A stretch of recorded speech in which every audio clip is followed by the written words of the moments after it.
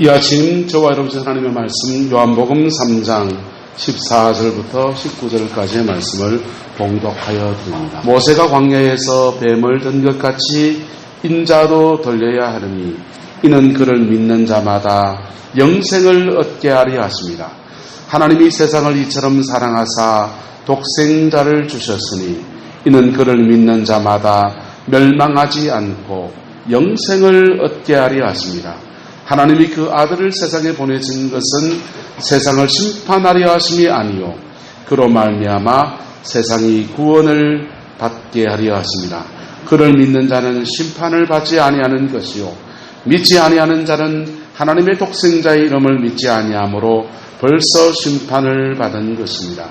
그 정죄는 이것이니 곧 빛이 세상에 와서되 사람들이 자기 행위가 악함으로 빛보다 어두움을 더 사랑한 것입니다. 아멘.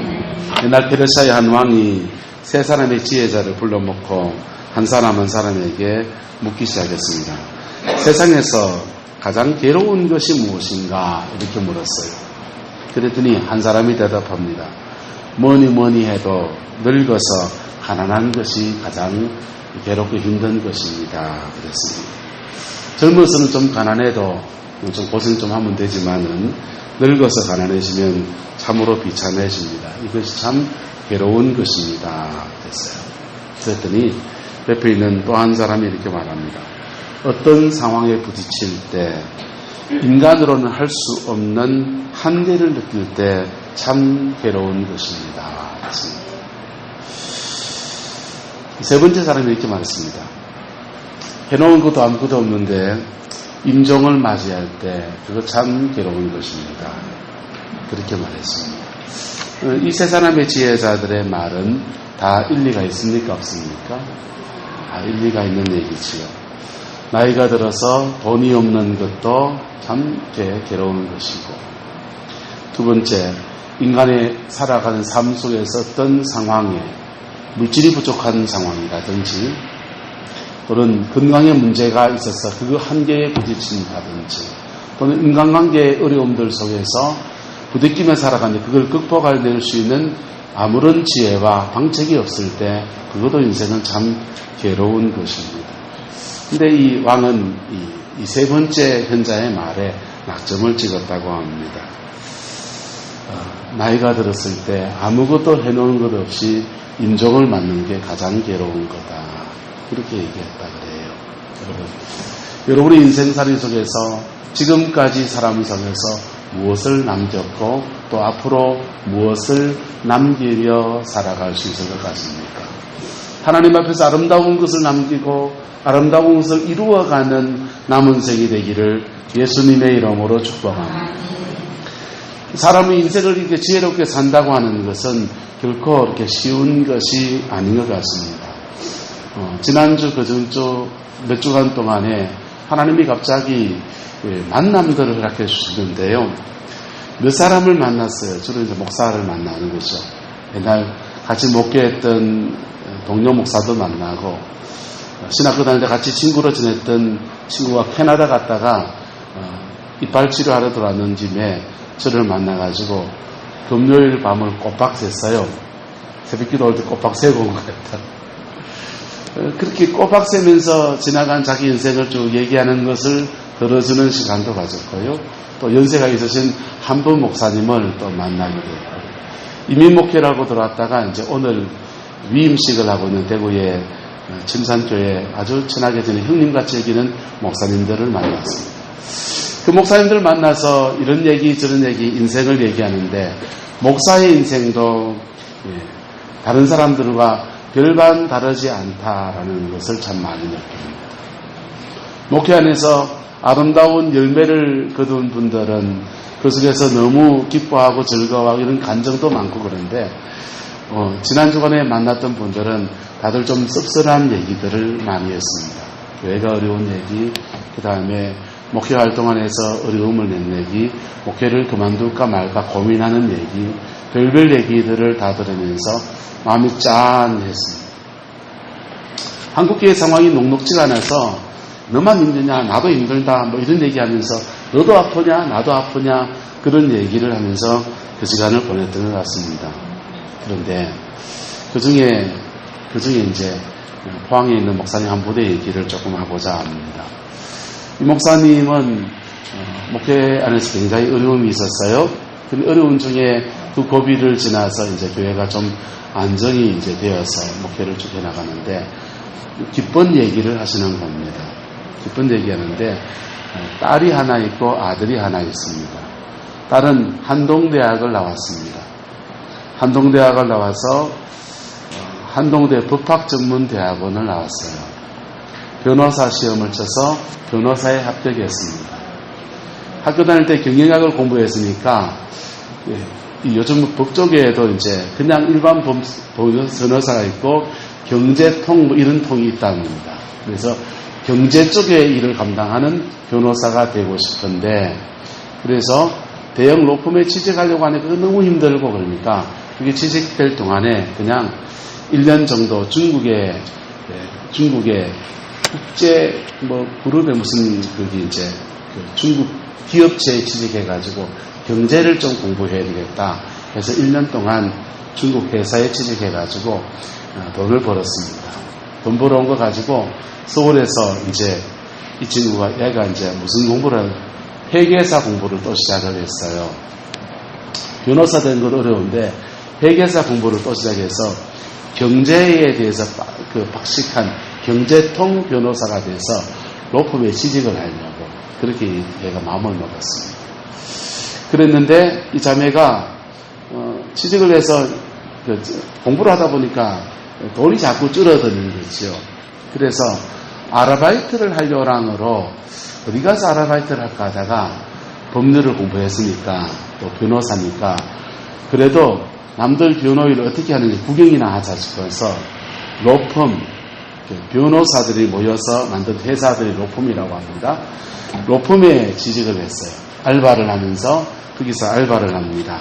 복사해오라면 복사해오고 그 다음에 커피 타오라면 커피 타오는데 아무도 이 자매가 변호사인 줄을 몰라요. 자신의 별다른 신분을 드러내지 않고 그냥 아르바이트를 하고 있는 겁니다.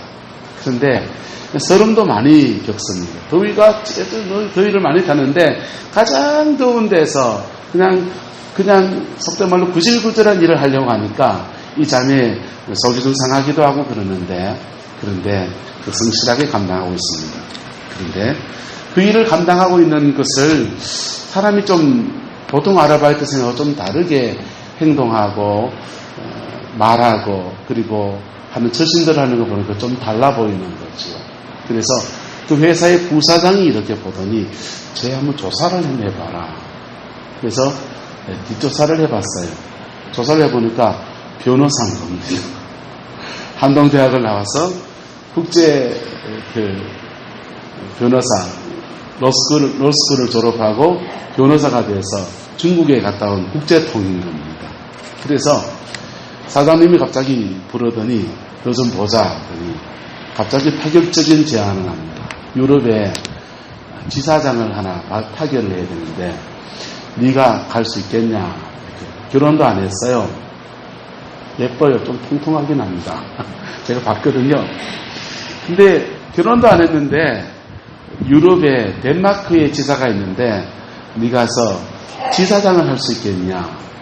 갑자기 졸지에 아르바이트생에서 대형 로펌에 누구나 가기 원하는 덴마크 지사장의 지사장 자리에 발령을 받은 겁니다. 연봉이 얼마겠어요? 1억 5천에서 2억 사이. 목사님이 그 얘기를 막 자랑을 하는 거예요. 저는 그 얘기를 들으면서 옛날에는 그런 얘기 들으면 굉장히 이렇게 이런 생각이 들었거든요. 반골기질에서 그랬는지. 그런데 이제는 너무 부럽고 박수 치고 싶고 나도 자식을 키우니까 목사님 그렇게 줄을 숨겨 고생하시더니 하나님 이렇게 갚아주시는데요. 이렇게 축복해 주십니다. 근데 목사님이 또 한 얘기를 또 하는 겁니다. 한 개 더 있다 이러시면서 아들이 신학을 해서 목사 안수를 아직 안 받았어요. 내년 4월 달에 목사 안수 받습니다.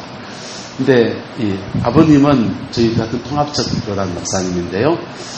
아들은 미국을 한번 갔다가 오더니 무슨 마음이 들었는지 미국에 있는 그 신학교를 가고 싶다고 하는 겁니다. 그리고는 그 신학교는 감리교에서 집안해요. 그래서 통합적 목사님 아들 밑에 아버지 밑에 감리교 목사가 나오게 된 겁니다. 감리교 목사가 나와서 이제 미국 가서 그 공부를 하고서 이제 교회 임지를 찾아야 되는데 임지를 찾는 동안에 이제 교육증사처럼 이제 한인교회에서 봉사를 합니다. 봉사를 하는데 마침 자기가 교육증사로 섬기는 교회에서 한 1km 정도 떨어진 지역에 교회가 하나 난 겁니다. 교인 한 100여 명 정도 모이는 교회가 하나 났는데 그 교회에서 청빙이 들어온 거예요.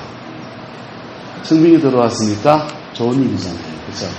청빙이 들어왔는데 근데 그게 가려고 모든 일을 수속을 받고 있는데 방해가 등장합니다. 누가 방해했냐? 목사 세계도 무서워요. 모시던 목사님이 못 가게 방해를 했어요. 가까이에 자기 밑에 있는 부교육자가 그리 갔을 때 교회에 타격이 있을까 싶은 그런 마음 때문에 그랬겠지요. 그래서 그냥 방해한 정도가 아니고 여러 가지 험담을 해서 인격적인 모독을 이렇게 받은 겁니다. 인격적인 모독을 받고서 거기도 못 가게 되고 인격적인 모독을 받은 상태입니다. 이런 것 같으면 어떻게 해야 됩니까? 성질 같으면 뭐 해야 됩니까? 성질 같으면 목사님 찾아가서 어떻게 선배 목사님이 그럴 수 있습니까? 부터 별 얘기를 다 해야 되지 않습니까?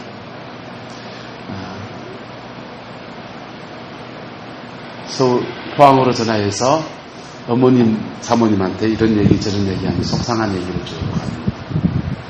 그랬더니 어머님이 기도하시는 사모님이거든요. 아들에게 코치합니다. 하나님이 더 좋은 길을 열어줄 텐데 목사님한테 절대로 따지지도 말고 내색도 하지 말고 조용히 그 교회를 섬기면서 가만히 하나님 앞에 머물러 있는 것을 해봐라 그랬어요. 하나님 앞에 머물러 있는 시간을 가지는데 자고난석입니다. 학교는 졸업해서 이제는 학교를 다니는 동안에 미국엔 아르바이트를 할 수 있어요. 유학생 신분에는 학교를 졸업하고 나면 근데 못해요. 아르바이트를 할 수 있는 합법적으로 아르바이트를 할 수 있는 신분이 안 되고 전혀 신분의 보장이 없습니다. 그래서 그 교회의 집사님 가게에서 그냥 브레이크 아르바이트, 불법 체류자가 하는 아르바이트를 그냥 아름아름하면서 6개월의 시간을 보냅니다. 마음은 타들어가고 귀국을 해야 되나 말아야 되나 그런 시간을 보낸 겁니다. 6개월을 그렇게 지금 지내고 난 뒤에 미국은 감리사가 굉장히 이렇게 행정권을 쥐고 있어요. 그 일이 진행되는 과정에 미국 감리사가 이 아이를 눈여겨봤습니다. 어떤 아이길래 저렇게 방해를 하는데 험담을 들은 얘기들을 수없이 많이 들었는데 정말 그런 아이인가 싶기도 하고 그리고 인터뷰를 이렇게 해보고 사람 괜찮은 것 같은데 이런 생각이 듭니다.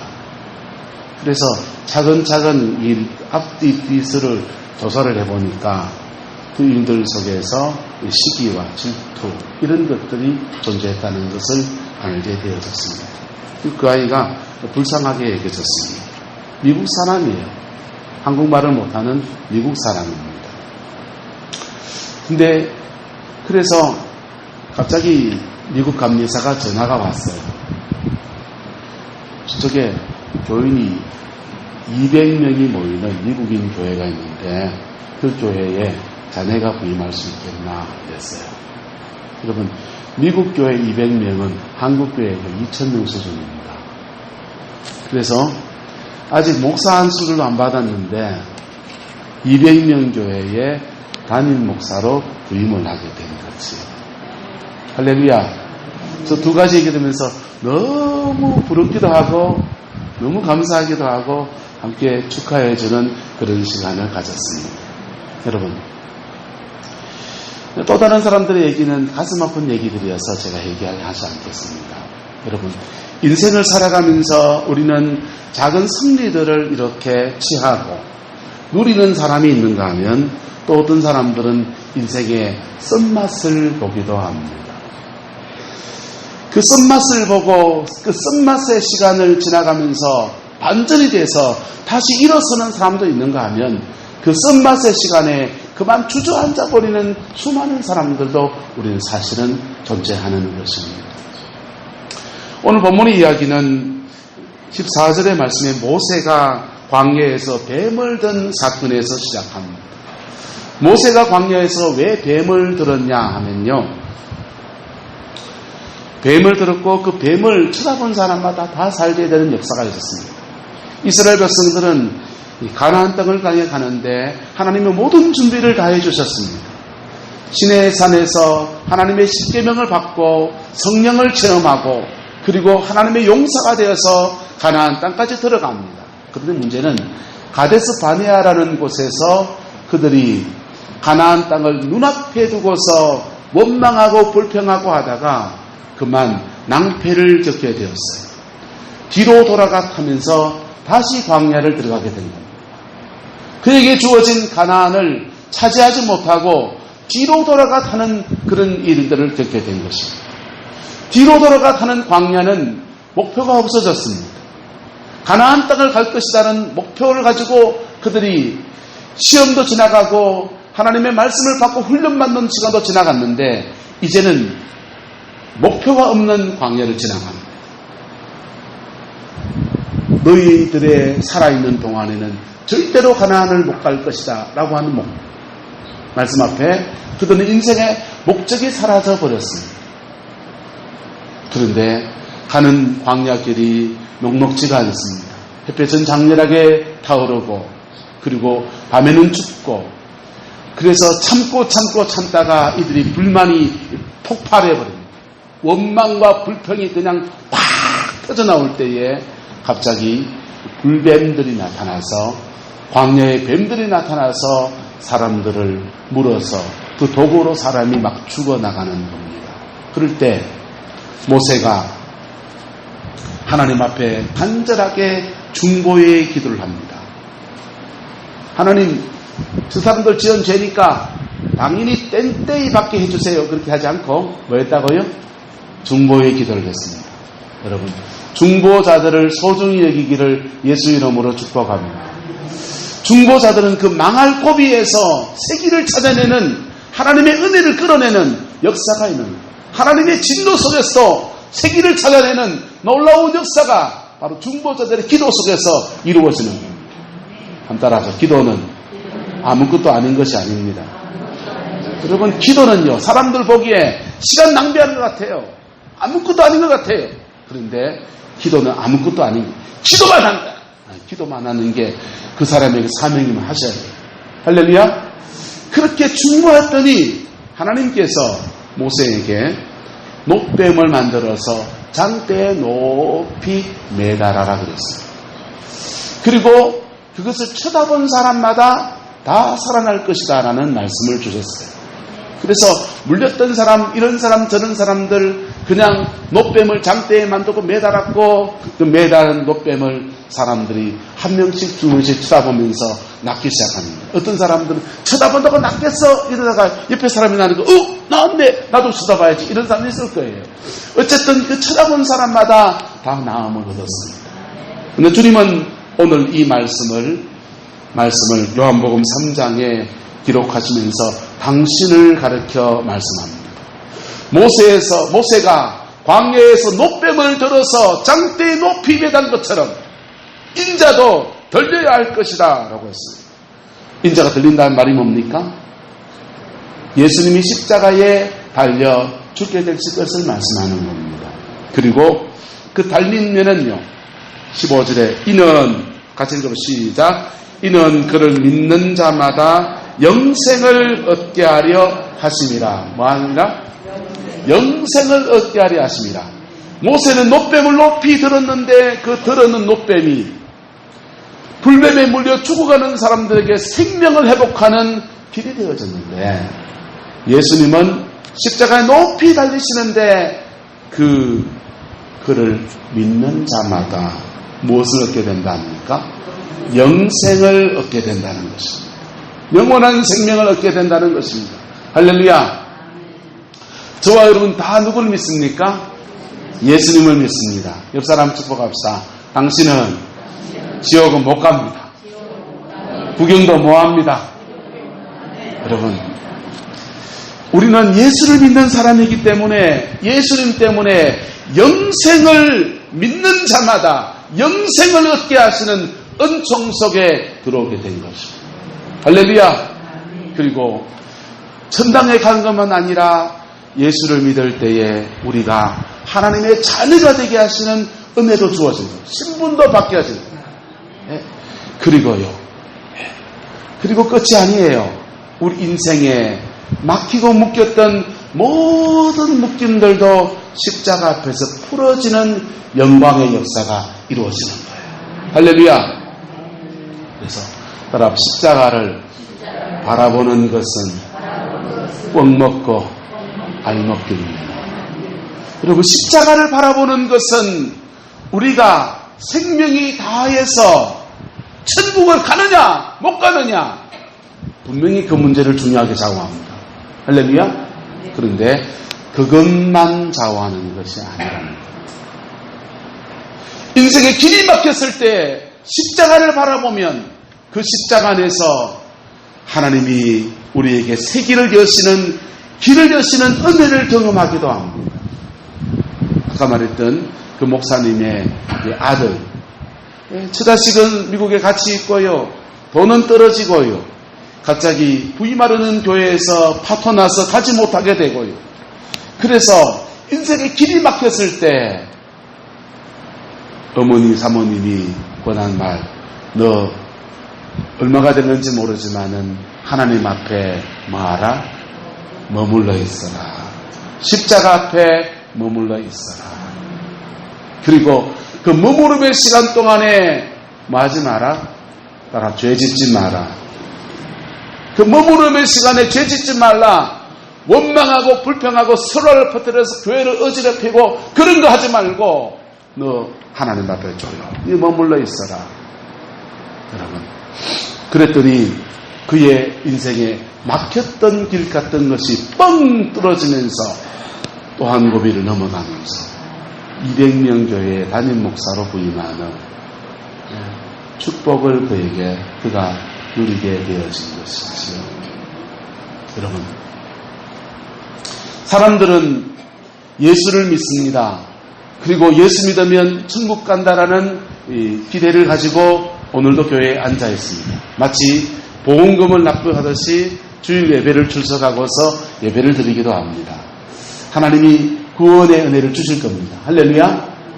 그런데 그것만 생각하는 사람들이 있습니다. 그것만 생각하는 사람이 있습니다. 신앙을 종교적인 영역에 한정해서 죽음 앞에서 영생에 들어가는 은혜를 주는 것이다 하고만 생각하는 사람들이 있습니다. 그렇지 않습니다. 신앙은 우리 인생에 막히고 묶인 길들을 풀어내는 놀라운 역사를 이루어집니다. 그런데 그 신앙의 고백을 가지고서 십자가 앞에 머물러 있는 걸 못하면 죄송합니다. 세상 사람들이 인생의 고비에 좌절하고 쓰러지고 무너졌던 수많은 경험들을 똑같이 합니다.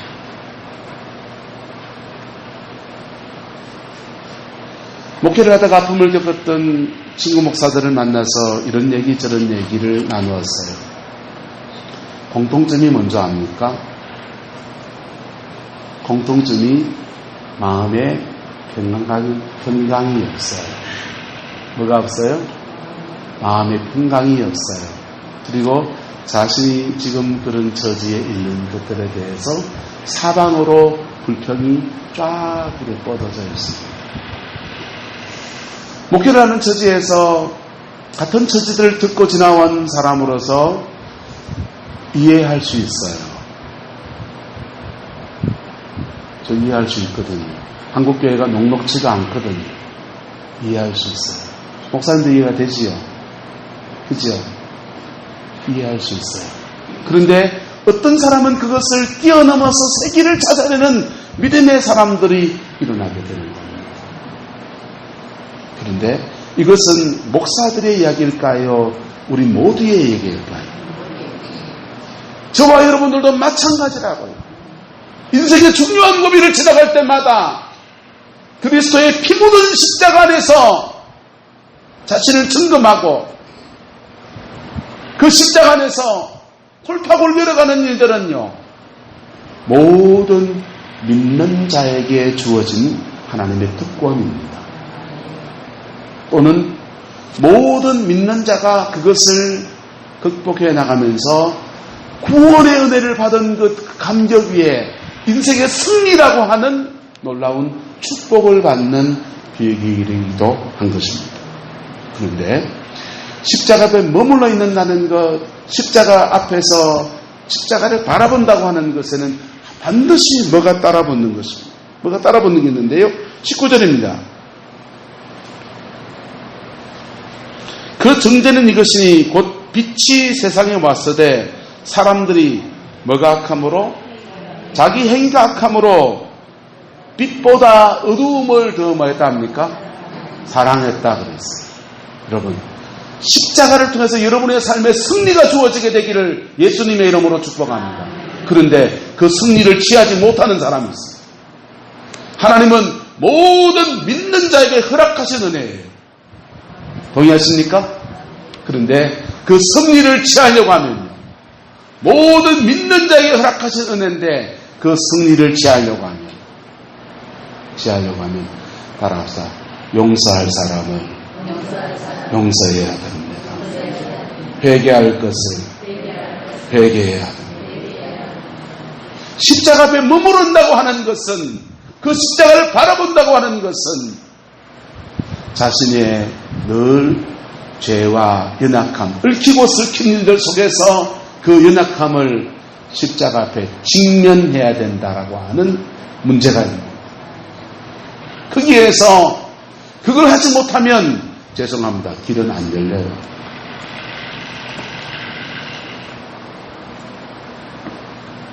길은 안 열려요. 부끄러운 간증을 하고자 합니다. 서울에서 목회를 하다가, 부목사로 목회를 하다가 담임 목사님이 폐암에 걸리셨어요. 폐암에 걸려서 당신이 약해지십니다. 그리고는 교회에 이제 일대 그냥 파란이 일어나기 시작합니다. 그리고 제가 쫓겨났어요. 엄동선 안에. 임지를 못 구한 상태에서 그만 덜컹 쫓겨난 겁니다. 그리고는 제 안에 이제 불평이 가득해지고 원망이 가득해지는데 그 목사님이 쫓아내고 난 뒤에 미안해. 순간 욱하는 마음에 나가 이래놓고 난 뒤에 미안해지셨어요. 그래서 본 목사 나가서 개척하면 한 달에 100만 원 선조원금을 보내줄게 이랬어요. 돈 100만 원 주신다는 것 때문에 저는 이제 입을 다물었어요. 교인들한테 아무 말도 하지 않고 제 마음을 삭히면서 계속 개척지를 찾아서 헤맸습니다. 개척지를 찾아서 헤매는데 서울 시내 그리고 남양주 이렇게 경기도권을 다 헤매서 보니까 개척지가 두 가지 개척지가 있더만요. 참 좋아 보이는 데가 있고 참 경상도 여진대가 있는데 여진대는 저도 가기 싫더라고요. 그런데 참 좋아 보이는 데는 이제 이게 한 달 새가 300만 원씩 그렇게 하는 거예요. 제가 감당할 수 있는 도저히 수준이 되지 않는 겁니다. 길이 다 막혔다고 느껴지니까 절망이 이렇게 찾아옵니다. 대구에 내려와서 부모님한테 교회를 개척해야 되겠습니다 라고 했더니 아버지가 그럽니다. 아파트 하나 주고 그리고 트럭 하나 사줄 테니까 야채 장사해라 이런다. 그래서 제대로 된 답을 받지 못하고 서울로 다시 올라갔습니다. 올라가서 끙끙거리고 있는데 윤수인 목사님이라는 목사님을 만났습니다. 이분은 미국에서 박사학위를 와서 내적치유 사역을 하시는 목사님이세요. 이 목사님이 이렇게 만나서 교제를 이렇게 하고 있었는데 한 번은 저희를 위해서 이렇게 치유 사역을 해주시겠다는 겁니다. 그래서 마음을 치유해 주겠다니까 감사함으로 그 치유 사역을 받습니다. 봤는데 이런 얘기를 하세요. 뜬금없는 고려시대 얘기를 하는 겁니다. 목사님 조상 중에 고려시대에 그 스님이 하나 있는데 웬 스님 이러면서 들었어요. 스님이 한 분 계셨는데 이 스님이 그냥 스님이 아니고 신비한 도술이나 예지력을 갖추고 있는 그런 스님인데 고려시대가 이제 그 불교의 시대잖아요. 그래서 왕을 간언해서 충원을 하는 그런 역할을 감당했다. 근데 그 스님이 왕에게 충원을 하면, 간언을 하면 그 왕이 듣기도 하고 안 듣기도 하고, 근데 듣기도 하고 안 듣기도 하는데 그 얘기를 이렇게 보면서 스님이 왕이 내 말을 잘 들으면 좋겠는데, 그러다가 가끔 생각해, 야, 왕이 내 말을 잘 들었으면 나라가 더 잘 될 텐데, 이래 생각하다가, 아이고, 내가 왕이라면 이래 할 텐데, 라고 생각한다는 겁니다. 그리고는 그 왕이 워낙에 이 스님이 도통하고 그러니까 위협을 느껴서 또 스님이 나라에 위기가 닥칠 텐데 그 위기를 위해서는 군대를 양성해야 되는데 왕이 듣지 아니하니까 사병을 거느리고 이렇게 군사훈련을 시킨다 라는 얘기를 들었는데 왕이 사병을 거느리고 있다는 얘기를 듣고서 분명히 제가 역심을 품고 있구나 라고 해서 군대를 동원해서 그 스님을 죽이려고 한다는 거. 그래서 부하들을 다 잃고 동료들을 다 잃고 이 스님이 도망을 가다가 개울가 내가 흘러가는 데서 물가 곁에서 하늘을 내가 장탄식을 하면서 내가 어떻게 하면 임금이 나의 충심을 알아줄까? 나는 충성하려는 마음에서 했는 건데 이 충심을 알아줄까 하면서 한탄을 하고 있다는 겁니다. 근데 목사님은 제가 기억도 못하는 조상적 있었는지 없었는지 모르는 그런 얘기를 그냥 쭉 했는데 그 얘기를 들으면서 그 얘기 속에서 저는 저를 발견했어요. 그분은요, 그 500년 전의 얘기를 있는지 없는지 스토리를 하여튼 하나님 보여준다고 얘기했겠지만 전 잘 모르겠어요. 어쨌든 그 얘기를 쭉 하시는데 저는 제 마음을 그분이 읽어주십니다. 그리고 그분의 얘기를 들으면서 제가 그런 생각이 들었습니다. 내 안에 나는 그 담임 목사님만 잘못해서 내가 이런 어려움을 겪는다 라고 생각했습니다. 목사님이 판단을 잘못해서 내가 이렇게 어려움을 겪고 서울에서 이제 개척을 찾다가 길이 막히는 절망의 시간을 내가 지나가야 되는구나 라고 생각을 했더랬습니다. 그런데 그분만 잘못한 게 아니고 내 안에도 문제가 있구나. 내 안에도 문제가 있구나 라고 하는 생각이 들기 시작했습니다. 그리고 나를 십자가 앞에 올려드리고 있는 시간을 가져야만 했습니다. 내 안에 있는 마음들을 십자가 앞에 물처럼 쏟아내는 그런 시간을 가져야 했더랬습니다. 빛보다 어두움을 더 사랑하는 마음이 내 안에도 있더라는 것을 인정하고 받아들이고 그 십자가 앞에서 나는 계속 하나님, 나는 잘못한 것이 없는데 그 목사님 그래서 난 그랬어요. 그렇지만 나는 하나님 새 길을 이뤄야 되니까 그분을 용서합니다. 용서합니다. 이러면서 기도를 했더랬습니다. 그런데 그 문제, 나의 인생에 자주 온 그 문제 앞에서 하나님 앞에 눈물을 흘리면서 하나님, 내 안에도 그런 마음이 있었군요. 숨은 동기라는 것이 그런 마음이 있었군요. 알고 하면서 내 자신을 십자가 앞에 놓고 나가는 그런 시간을 가져야 했습니다. 그리고는 하나님이 조용히 제 길을 열어주시기 시작했어요.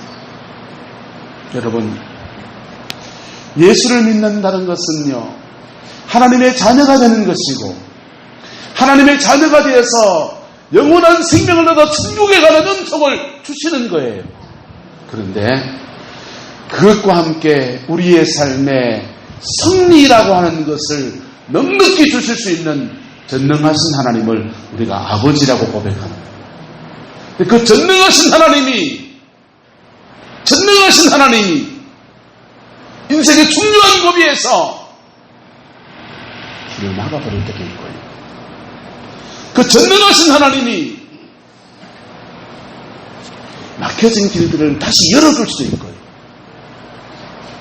근데 그 고비에서 우리에게 언제나 요구하는 것은 뭔가 뭐겠습니까? 십자가 앞에 정직합시다. 우리 안에 원망과 불평이 가득한 데서 길은 열리지 않아요. 우리 안에서 사람을 미워하는 그 속에서 길은 열리지 않아요. 우리 안에서 십자가 앞에 다 내려놓는 그 안에 아래에서 길이 열렸어요.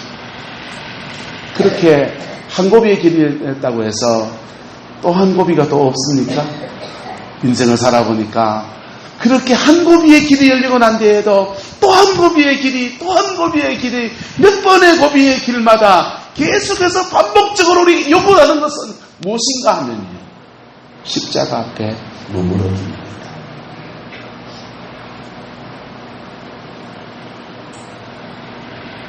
그래서 예수를 믿는데도 인생의 승리자가 있고, 예수를 믿는데 죄송하면 인생의 패배자도 존재합니다. 예수를 믿는데도 하나님의 복을 받는 사람이 있고, 죄송합니다, 예수 믿는데도 인생의 저주를 헤어나오지 못하는 사람이 존재하는 거예요. 예수를 믿는데도 가난한 사람이 있고, 예수를 믿는데도 인생의 절망에 부딪히는 사람이 있고요. 좌절 속에서 헤어나오지 못하면서 심지어 그런 사람도 봤습니다. 하나님보다 마귀가 더 힘센 것 같아요. 인생의 절망에 부딪혀 보십시오. 그 절망 앞에서 하나님이 아무런 능력도 발휘해 주지 않고, 그럴 때 우리는 그 절망 속에서 절망을 행사하는 사단의 권세가 더 세게 느껴질 때도 있을까요, 없을까요? 적어도 그분에게는 그게 맞는 말인지 모릅니다. 그런데요, 하나님은 왜 이렇게 하시느냐?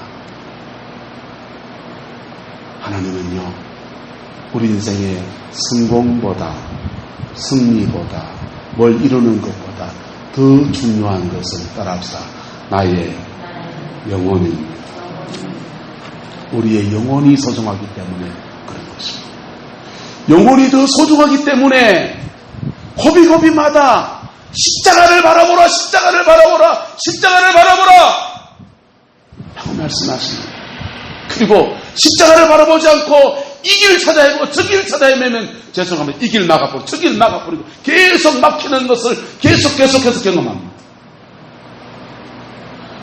내 길은 여호와께 숨겨지고 내 송사는 하나님 앞에서 수리함을 받지 못하고, 하나님 고쳐주세요, 회복시켜주세요, 이런 기도는 하는데 내가 나의 십자가 앞에 깊이 있습니다, 이 말 떨어지기 전에는 여러분의 바람은 정말 천국 올라가다 다 뚝뚝 떨어져요. 자녀가 잘 되기를 원합니까? 건강이 회복되기를 원합니까? 물질이 풀어지기를 원합니까? 돈풀궁리하지 말고 십자가 앞에 깊이 서는 은혜가 있기를 축복합니다. 옆 사람 축복합니다. 병 낫기를 구하지 말고 십자가 앞에 깊이 서십시오. 기분 나쁩니까? 십자가 앞에 깊이 서는 사람에게는 덤으로 오는 은혜들이 굉장히 열려지는데 십자가 앞에 깊이 서지 않는 사람들은 이러면 좋겠다 저러면 좋겠다 가끔씩 간증을 들으면 부럽습니다. 저 사람은 저런 복을 받았단다. 와, 저 사람은 저랬단다. 이런 얘기 들으면서 부러워합니다. 여러분, 그분의 하나님이 저와 여러분의 하나님이세요.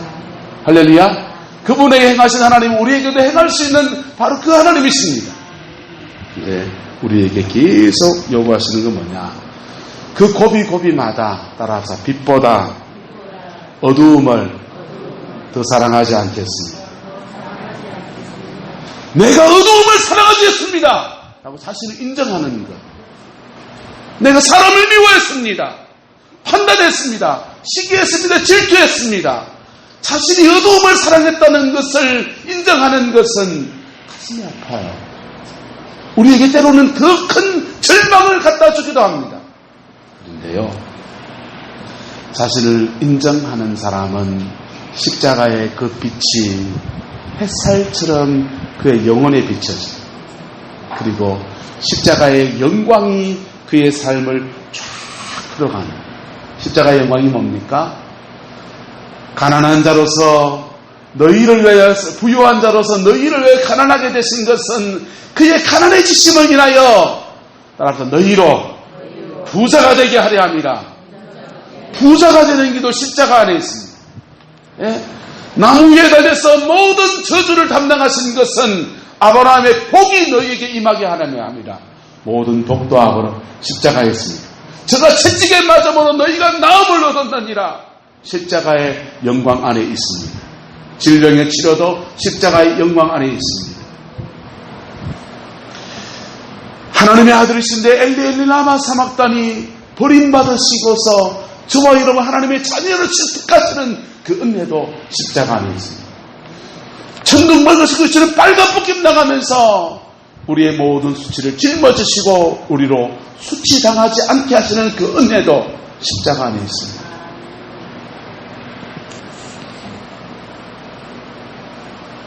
그게 영광이에요. 십자가의 영광입니다. 근데 그 영광을 취하기 원합니까? 그 영광이 탐이 납니까? 그 영광 중에 돈이 탐이 납니까?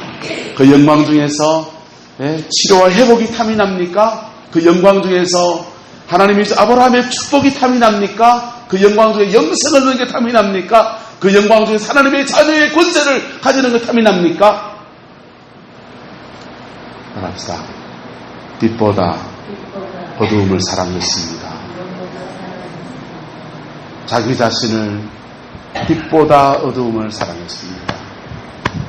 나를 인정하는 것. 빛 가운데 내가 나갑니다. 당신이 무슨 죄를 비추든지, 당신이 내 인생 어떤 것을 비추든지 그 비춤 속에 내가 나갑니다 하는 믿음의 결단. 그거 없이는 죄송합니다. 기도를 많이 하는 것도 헛됩니다.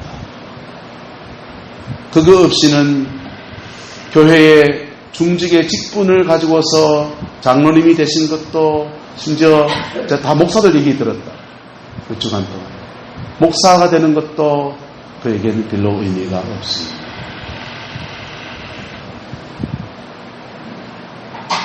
교회에 헌금을 많이 드리고 재정으로 헌신하는 것도 별로 의미가 없습니다.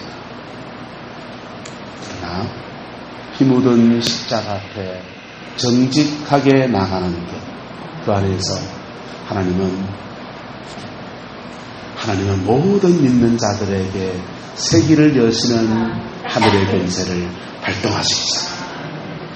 여러분의 가정의 이야기가 되기를 예수님의 이름으로 축복합니다. 하나님이 막으면 열 길이 없고 하나님이 열면 닫을 길이 없다. 여러분, 하나님이 막아놓으면 열 길이 없어요. 하나님이 열면요 닫을 자도 없는 겁니다.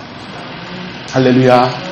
이 보혈의 능력이 저와 여러분 안에 이미 주어져 있습니다. 왜요? 우리가 뭐한 사람입니까? 하나님의 자녀니까. 여사람 축복합시다. 당신은 내나 아버지가 갑니다. 우리는 하나님의 아버지를 모셔요. 네?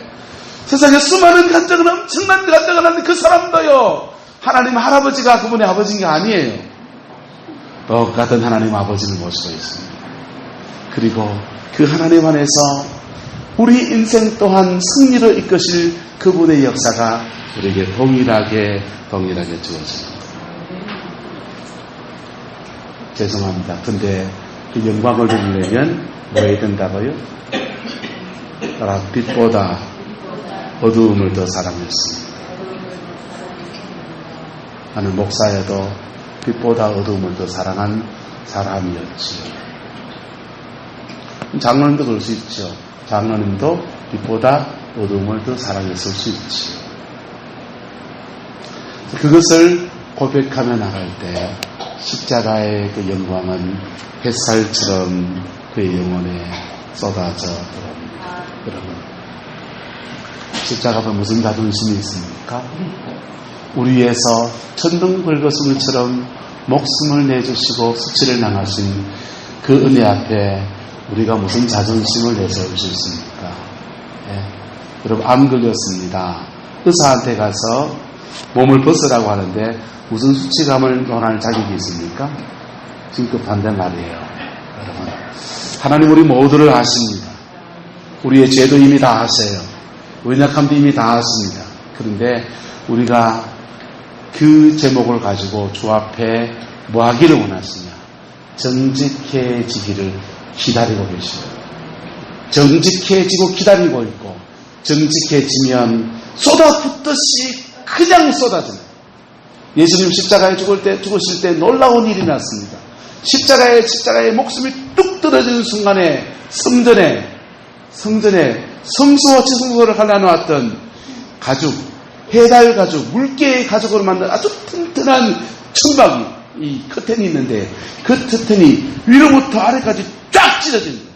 마치 이거 하면 이거 한다고 그냥 순서대로 기다린 것처럼 천사가 와서 그냥 확 찢어버립니다.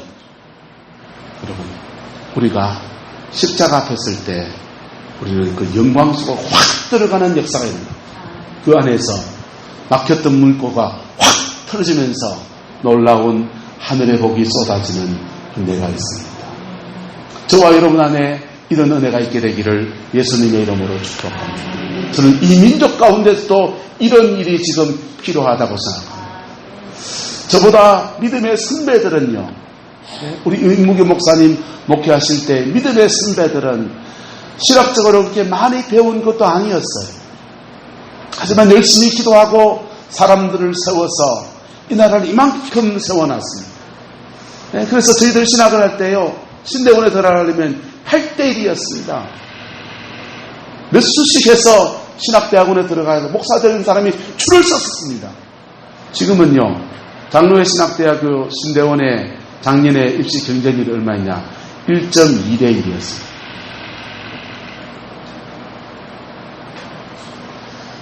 우리 믿음의 선배들은 정말 가난하고 없이 힘들게 그렇게 목회를 하시면서 또 밤마다 나와서 기도하시면서 그 자녀들이 그렇게 자녀들을 믿음 안에 세워서 대한민국의 중요한 데마다 그리스도인들을 포진시켜 놨습니다.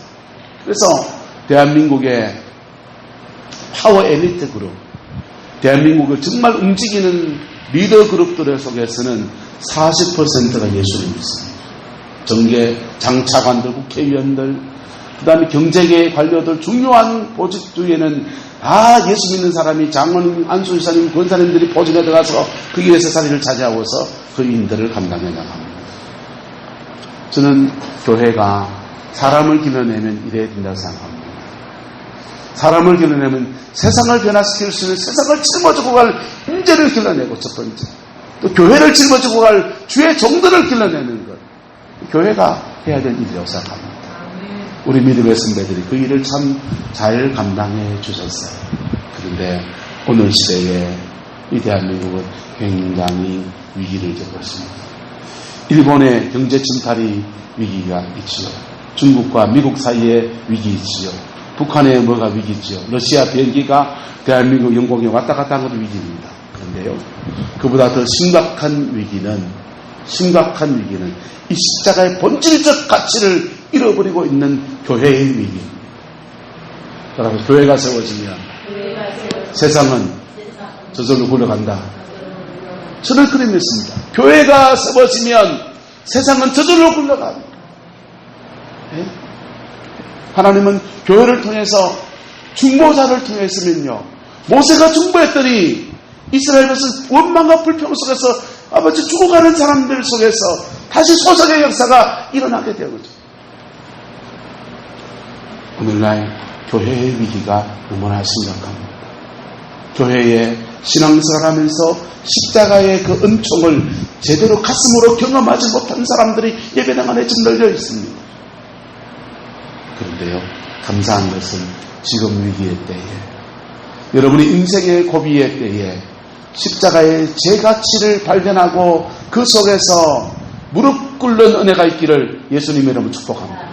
그러면 어떤 사람에게 중생의 역사로 나타납니다. 어떤 사람에게는 막혔던 길이 뻥 뚫어지면서 하나님의 능력을 경험하는 놀라운 시즌으로 넘어가게 되는 겁니다. 죄송합니다. 세상 일은 방법을 자꾸 제시해 주지만은 십자가는 계속 뭘 얘기하냐? 네가 누구냐? 네가 누구냐는 묻습니다. 네가 빛보다 어두움을 더 사랑한 사람이에요. 네, 그렇습니다. 제가 하나님보다 돈이 더 좋았습니다. 네, 그렇습니다. 하나님, 난 거룩함보다 음란이 더 좋았습니다. 자신을 정직하게 고백하는 것을 끝없이 요구하는 것. 여기에서 우리는 십자가를 쳐다보다가 하나님 십자가 말고 딴 거 없습니까? 라고 하기가 십상인 겁니다. 여러분, 십자가 앞에 정직해지기를 축복합니다. 그리고 그 속에서 여러분의 남은 인생을 새롭게 사는 하나님의 은혜를 발견하고 그 길로 달려가면서 제대로 된 열매를 거두는 남은 생이 되기를 예수님의 이름으로 축원합니다. 오늘 박연조 원장님께서 생일 감사항을 하면서 이 기도의 제목을 올렸어요. 남은 인생 주님 안에서, 정말 주님 안에서 그렇게 살기 원한다는 소원함을 담아 올렸습니다. 여러분, 오늘 말씀의 주제도 마찬가지입니다. 여러분의 남은 인생에 십자가를 통과하면서 새 인생을 사는 은혜가 주어지게 되기를 예수님의 이름으로 축원합니다. 용서의 고비를 넘어가십시오. 회개의 고비를 넘어가십시오. 기도하겠습니다. 사랑과 은혜가 많으신 아버지 하나님, 피 묻은 십자가 안에서 우리 인생의 새 길을 예비하신 하나님의 은혜를 찬양합니다. 그 은혜가 우리에게 임하여서 우리가 하나님의 자녀가 이미 되었습니다. 하나님의 자녀된 자에게 주시는 하늘의 영광과 은총과 그 자비하심을 이제 누리기를 소망하는데, 하나님, 우리가 빛보다 어두움을 더 사랑하는 것을 인정합니다. 우리는 음란을 더 좋아했고요. 우리는 하나님보다 돈이 더 좋았고, 우리는 사람 사랑하는 것을 잃어버린 모습들이 너무 많았습니다. 그러나 그 십자가 앞에 정직함으로 다가서오니 주님, 우리의 남은 인생에 새 길을 열어주시옵고 새 은혜를 풀어주셔서 예수 안에서 온전한 승리의 생으로 이끌어 주시옵소서. 주께서 함께해 주시기 원합니다. 지금은 우리 구주 예수 그리스도의 은혜와 우리 하나님의 그 크신 사랑과 성령 하나님의 내주 교통하시며 우리에게 십자가를 통해서 새 길을 열어주시는 놀라운 역사 허락하시는 은혜가 오늘 이 말씀 믿음으로 붙들고 피 묻은 십자가 앞에 내 자신을 내어놓고 나가는 성광의 모든 성도들 위에, 가정과 삶의 모든 자리들 위에 지금부터 영원토록 함께 계시기를 간절히 축원하옵나이다. 아멘.